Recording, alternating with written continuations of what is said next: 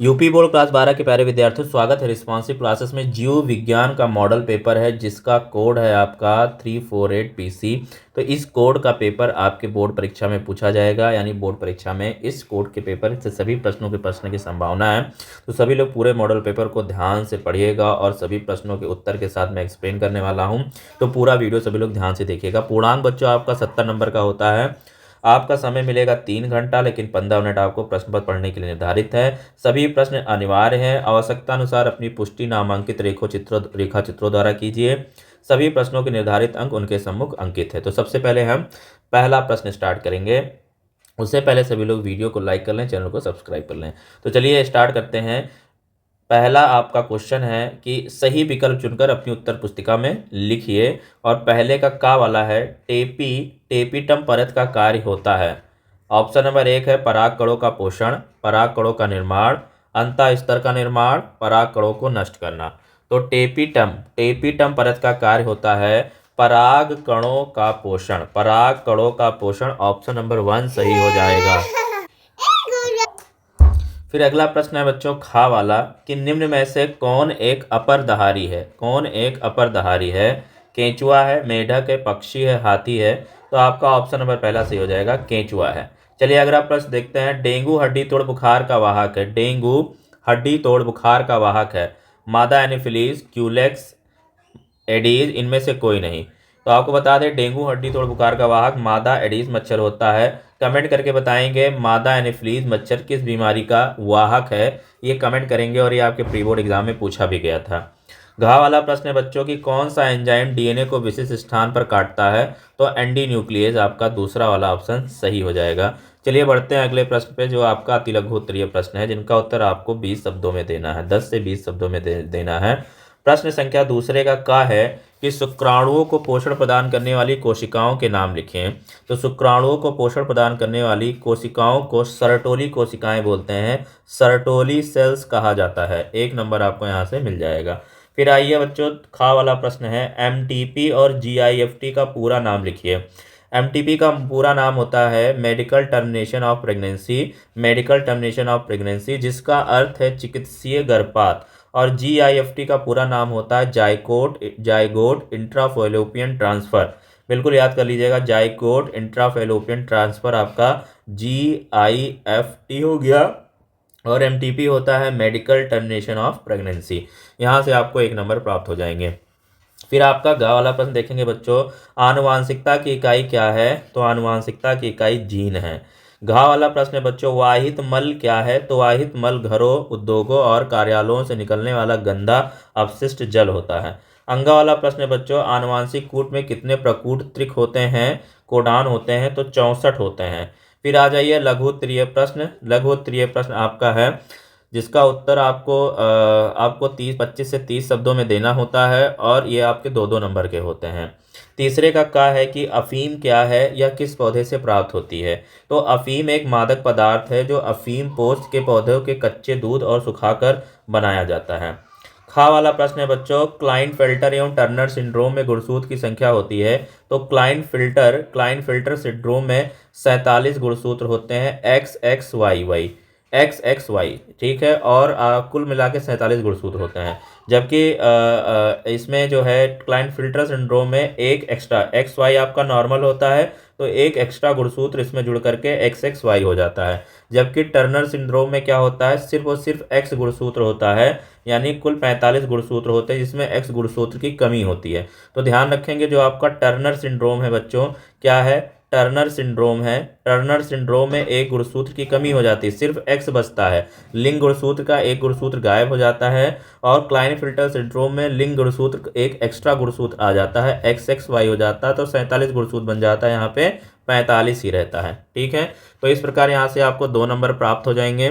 फिर आपका गा वाला प्रश्न है कि बच्चों मानव प्रतिरक्षा कितने प्रकार की होती है, उनके नाम लिखिए।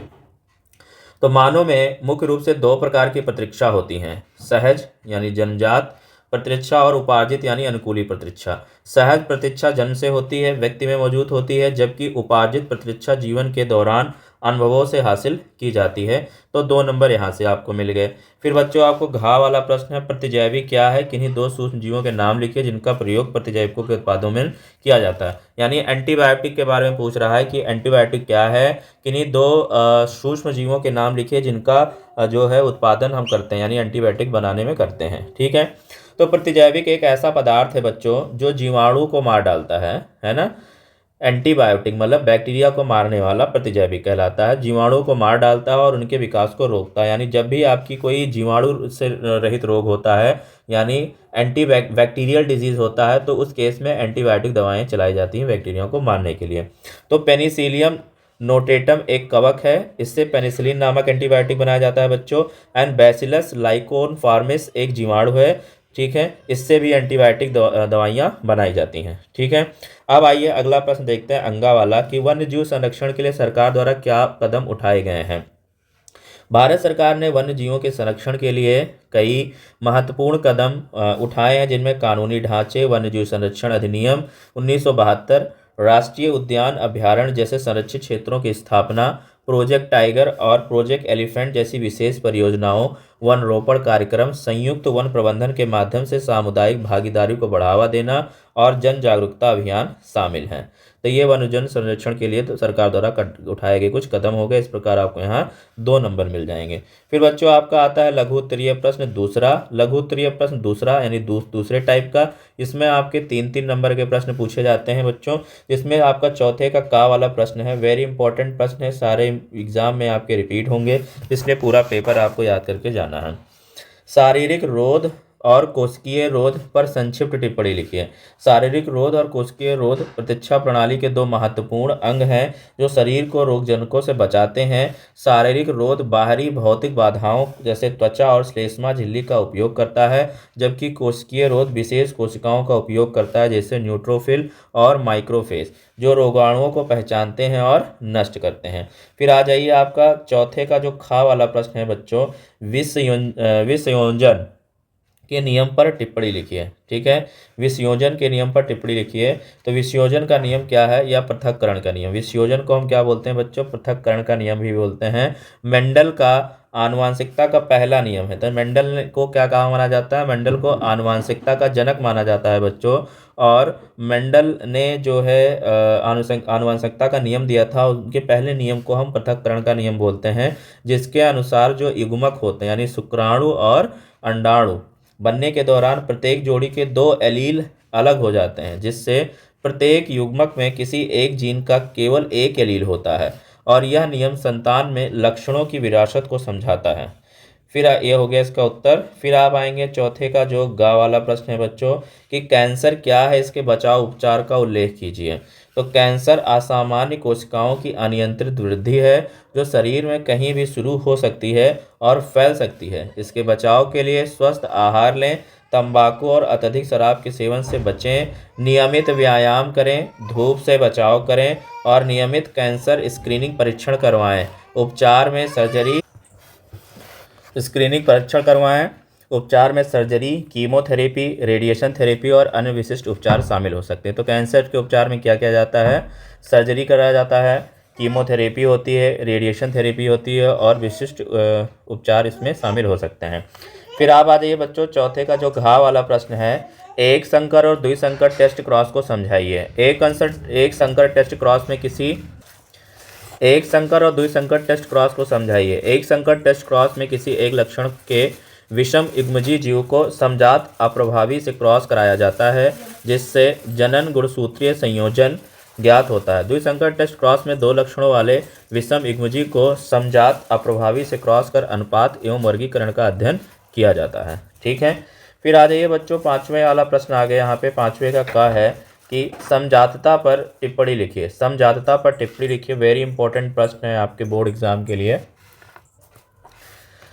जीवों में ऐसे अंग का पाया जाना जो मूल संरचना एवं उद्भव में समान होते हैं, परंतु अलग अलग कार्य करने के लिए अनुकूलित होने के कारण असमान दिखाई देते हैं, समजातता कहलाता है। जैसे पक्षियों में अग्रपद पंखों के रूप में, घोड़े आदि में दौड़ने तथा मनुष्य में कार्य करने के अनुकूल होते हैं।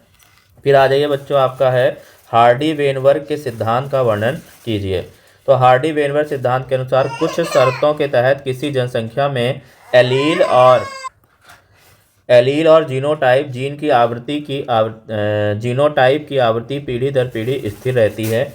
ये शर्तें जनसंख्या में कोई उत्परिवर्तन ना हो, ना ही कोई आनुवंशिक विचलन हो, ना ही कोई प्राकृतिक चयन हो और ना ही कोई जीन प्रभाव हो, साथ ही यादृच्छिक संभोग हो रहा हो। यह सिद्धांत बताता है कि यदि वे विकासवादी कारक अनुपस्थित हों तो जनसंख्या में आनुवंशिक संतुलन बना रहता है। फिर बच्चों आ जाइए, यहाँ पे 5वें का गा वाला प्रश्न है कि लघु बीजाणुधानी और गुरु बीजाणुधानी के बीच 3 मुख्य अंतर लिखिए। तो लघु बीजाणुधानी माइक्रोस्पोरेंजियम, ठीक है, माइक्रोस्पोरेंजियम और गुरु बीजाणुधानी यानी मेगा स्पोरेंजियम के बीच अंतर। तो लघु बीजाणुधानी परागकण से उत्पन्न करती हैं, जबकि गुरु बीजाणुधानी जो है अंडाशय में बीजांड उत्पन्न करती हैं। लघु बीजाणुधानी नर जननांग में पाई जाती हैं, स्टेमन जिसको बोलते हैं, जबकि गुरु बीजाणुधानी मादा जननांग ओव्यूल में पाई जाती हैं। लघु बीजाणुधानी में नर युग्मक बनते हैं, जबकि गुरु बीजाणुधानी से मादा युग्मक बनते हैं। फिर आ जाइए बच्चों, 5वें का जो घा वाला प्रश्न है, इंपॉर्टेंट प्रश्न है ये भी, ठीक है। प्रतिबंधन एंजाइम पर टिप्पणी लिखिए। तो प्रतिबंधन एंजाइम वे प्रोटीन है जो डीएनए को विशिष्ट पैलिंड्रोमिक अनुक्रमों पर काटते हैं और बैक्टीरिया में एक रक्षा तंत्र के रूप में कार्य करते हैं। इन्हें प्रतिबंधन एंडोन्यूक्लियस भी कहते हैं। इनका उपयोग पुनः संयोजक डीएनए, आरडीएनए तकनीक और आनुवांशिक इंजीनियरिंग में डीएनए को खंडों में तोड़ने के लिए किया जाता है। फिर 6वां वाला प्रश्न आ जाइए, प्राकृतिक वर्ण पर एक टिप्पणी लिखिए। तो प्राकृतिक वर्ण एक प्रक्रिया है जिसमें एक आनुवांशिक भिन्नता द्वारा किसी प्रजीव के सर्वाइवल के प्रबल संभावना को बढ़ावा देता है, जो प्रजनन द्वारा अधिक से अधिक संख्या में संतति उत्पन्न करता है।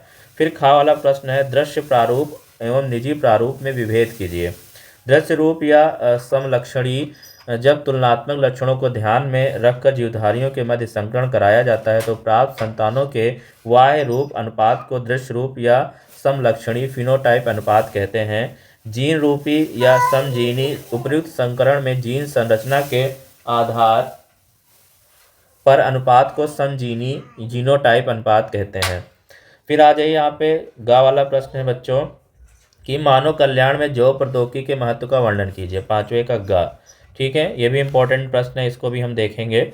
मानव कल्याण में जैव प्रौद्योगिकी के महत्व का वर्णन कीजिए। मानव कल्याण में जैव प्रौद्योगिकी का महत्व स्वास्थ्य सेवा, कृषि और पर्यावरण के क्षेत्रों में इसके योगदान से है। यह चिकित्सा के क्षेत्र में इंसुलिन, टीके और पुनर्संयोजन डीएनए जैसी महत्वपूर्ण दवाएं बनाने में मदद करती है। कृषि में गोल्डन राइस जैसे पोषक तत्वों से भरपूर फसलें पैदा करती हैं और पर्यावरण को सुरक्षित रखने के लिए समाधान प्रदान करती है। फिर आपका घा वाला प्रश्न है बच्चों, वंशागति के क्रोमोसोम सिद्धांत का वर्णन कीजिए। ठीक है, ये 5वें का घा है। तो वंशागति का गुणसूत्र सिद्धांत कहता है कि जीन गुणसूत्र पर स्थित होते हैं और ये गुणसूत्र ही आनुवांशिक सूचनाओं के वाहक होते हैं जो एक पीढ़ी से दूसरी पीढ़ी में जाते हैं। यह सिद्धांत 1902 में वाल्टर सटन और थियोडोर वोवेरी द्वारा प्रतिपादित किया गया था, जिसमें उन्होंने गुणसूत्रों के व्यवहार को मेंडल के वंशागति नियमों से जोड़ा। फिर बच्चों इसके बाद आपका दीर्घ उत्तरीय प्रश्न है। यहाँ पे मैं कुछ इंपॉर्टेंट प्रश्न बता रहा हूँ, इन प्रश्नों के उत्तर आपको याद करना है और बहुत ही इंपॉर्टेंट प्रश्न है, आपके बोर्ड परीक्षा में आएंगे। एक पारिस्थितिकी तंत्र में ऊर्जा प्रवाह का सचित्र वर्णन कीजिए, 5 नंबर में ये तैयार कर लेना। और इसके साथ है पारितंत्र के विभिन्न घटनों का वर्णन कीजिए, इसको भी 5 नंबर में आपको तैयार करना है। 8वां प्रश्न है, डीएनए एक आनुवांशिक पदार्थ है, इसे एक प्रयोग का वर्णन करते हुए सिद्ध कीजिए, ये 5 नंबर में आपको तैयार करना है। और अथवा में पर परागण क्या है, इसके लाभों एवं हानियों को वर्णन कीजिए, 5 नंबर में तैयार करना है। फिर 9वां प्रश्न है, आनुवांशिक कूट क्या है, इसके प्रमुख विशेषताओं का वर्णन कीजिए। या फिर इसके साथ आपको तैयार करना है, जैव विविधता क्या है, जैव विविधता के संरक्षण की क्या नीतियां हैं अपनाई जाती हैं, ये आपको तैयार करना है 5 नंबर में। तो ये सभी आपके इंपॉर्टेंट प्रश्न हो गए जो बोर्ड परीक्षा के लिए मोस्ट इंपॉर्टेंट है।